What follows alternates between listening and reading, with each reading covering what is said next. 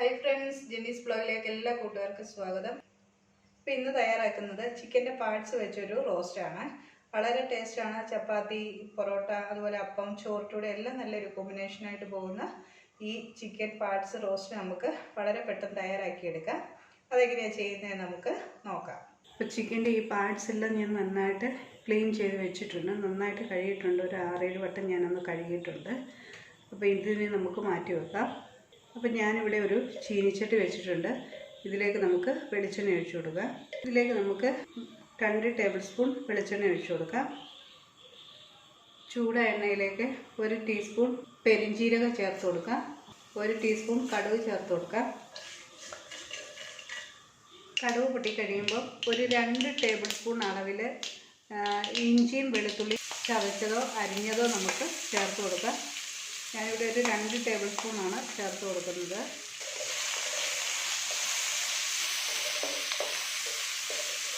ഇഞ്ചിയും വെളുത്തുള്ളിയൊക്കെ ഒന്ന് വാടി വരുന്നേ. ഞാനിവിടെ ഒരു 3 സവാള, അതേപോലെ ഒരു 10 ചെറിയ ഉള്ളി എടുത്തിട്ടുണ്ട്. ഇത് രണ്ടും കൂടെ നമുക്കിതിലേക്കിട്ട് വഴറ്റിയെടുക്കാം.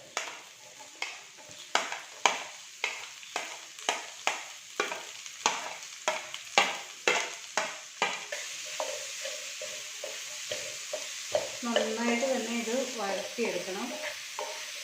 നമുക്കിതിലേക്ക് കുറച്ച് ഉപ്പൂടെ ചേർത്ത് കൊടുക്കാം. സവാളയൊക്കെ എളുപ്പമൊന്ന് വാടി കിട്ടാൻ വേണ്ടി.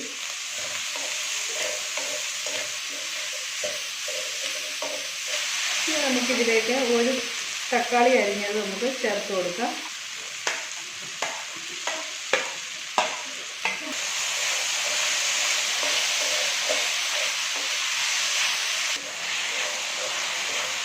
ഇതിലേക്ക് ആവശ്യത്തിന് പൊടികളൊക്കെ ചേർത്ത് കൊടുക്കാം.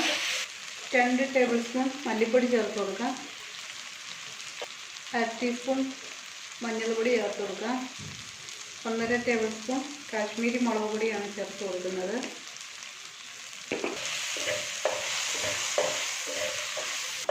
നന്നായിട്ട് ഇതൊന്ന് മിക്സ് ചെയ്തെടുക്കാം. ഇതിൻ്റെ പച്ചവത്തിലൊക്കെ ഒന്ന് മാറണം. ഞാനിവിടെ ഒരു 3.5 ടേബിൾ സ്പൂൺ കുരുമുളക് പൊടിച്ചു വെച്ചിട്ടുണ്ട്. അതിലൊരു പകുതി നമുക്ക് ഇതിലേക്ക് ചേർത്ത് കൊടുക്കാം. ബാക്കി നമുക്ക് ലാസ്റ്റ് ചേർത്ത് കൊടുക്കാനുള്ളതാണ്. അപ്പോൾ ഇത് ഇച്ചിരി കുറച്ച് സ്പൈസി ആയിട്ടുള്ള ഒരു റെസിപ്പിയാണിത്. ഇതിന് കുറച്ച് എരിവൊക്കെ ഉണ്ടെങ്കിലാണ് ഇതിന് നല്ലൊരു ടേസ്റ്റ് ഉണ്ടാവുക.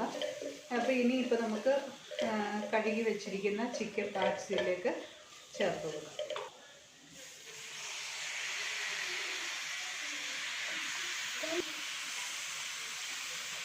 നന്നായിട്ടൊന്ന് മിക്സ് ചെയ്ത് കൊടുക്കാം.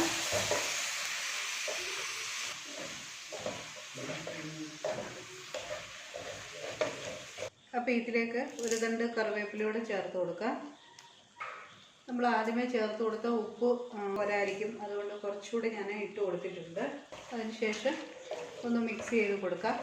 ഇപ്പം നമുക്ക് വെള്ളമൊന്നും ഒഴിച്ചു കൊടുക്കണ്ട.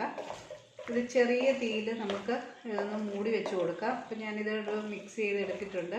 അപ്പം ഞാൻ വെള്ളം ഒഴിച്ചു കൊടുക്കാതാണ്, കാരണം ഇതിനകത്തിലും കുറച്ച് വെള്ളം ഒന്ന് ഇറങ്ങും.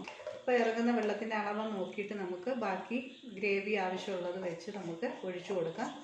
ഇത് കുറച്ചൊന്ന് പെരണ്ടിരിക്കുന്നതായിരിക്കും ഇത് കഴിക്കാൻ നല്ല ടേസ്റ്റ് ഉണ്ടാവുക. ചാറായിട്ടൊന്നും എടുക്കത്തില്ല, പെരണ്ടിരിക്കണം. നമ്മുടെ ഈ മസാലകളെല്ലാം ഇതിൽ പെരണ്ടിരിക്കുന്ന പരുവത്തിലാണ് എടുക്കുന്നത്.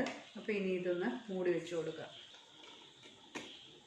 ഇപ്പോൾ ഒരു 5 മിനിറ്റ് കഴിഞ്ഞിട്ടുണ്ട്.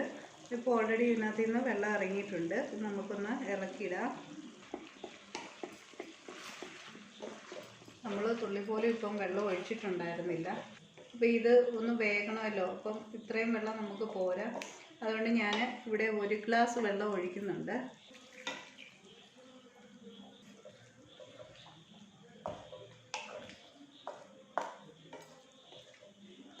ഇനി നമുക്ക് മൂടി വെച്ച് ചെറുതീയിൽ ഇത് വേവിച്ചെടുക്കാം.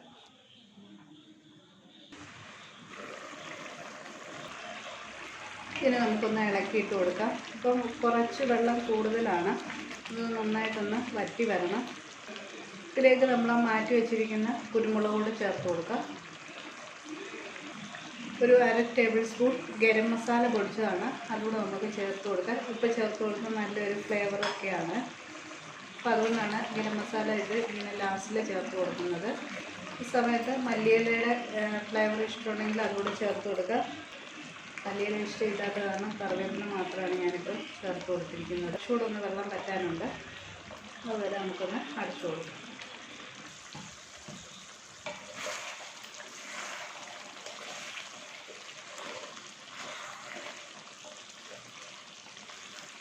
ഞാനിതിലേക്ക് 1 ടീസ്പൂൺ വെളിച്ചെണ്ണയോട് ഒഴിക്കുന്നുണ്ട്.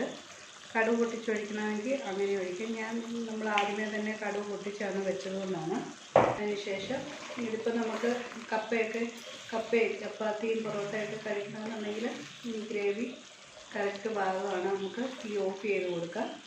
അപ്പോൾ ഞാൻ തീ ഓഫ് ചെയ്തതിന് ശേഷം ഒരു അരമണിക്കൂർ കഴിഞ്ഞിട്ട് നമുക്കിതെടുക്കാം. ഇങ്ങനെ തന്നെ നമുക്ക് മൂടി വെച്ച് കൊടുക്കാം. ഞാനിപ്പോൾ തീ ഓഫ് ചെയ്തിട്ടുണ്ട്. ഒരു അരമണിക്കൂർ കഴിയുമ്പോൾ നമുക്കിതിൽ നിന്ന് നമുക്ക് എടുക്കാം.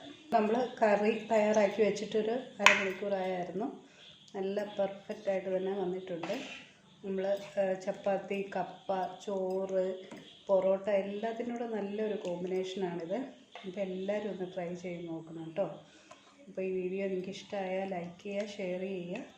ചാനൽ നിങ്ങൾ ആദ്യമായിട്ടാണ് കാണുന്നതെങ്കിൽ ഒന്ന് സബ്സ്ക്രൈബ് ചെയ്യുക. കൂടെ വരുന്ന ബെല്ലൈക്കൺ ഒന്ന് എനേബിൾ ചെയ്യാൻ മറക്കല്ല, ഓൾ എന്ന ഓപ്ഷനും. എല്ലാവർക്കും ഒരു നല്ല ദിവസം ആശംസിക്കുന്നു. Thank you.